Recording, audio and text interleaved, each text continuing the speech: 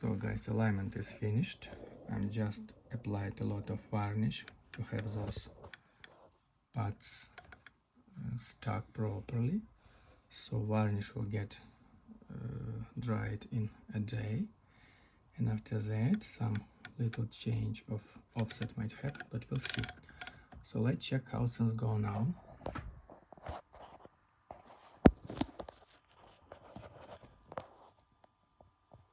Here's our Leica mz9.5, and here's a minimum magnification, our right channel, left channel, both, and this is maximum magnification. Again, let me check.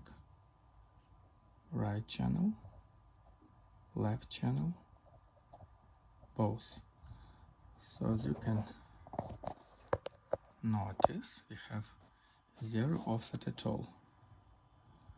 Hands are shaking, not that easy. Okay,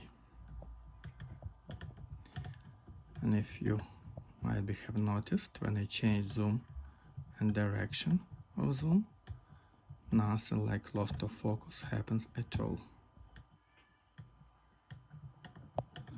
Okay, so we'll see how the zoom will behave after a day when all varnish gets dried. Thank you.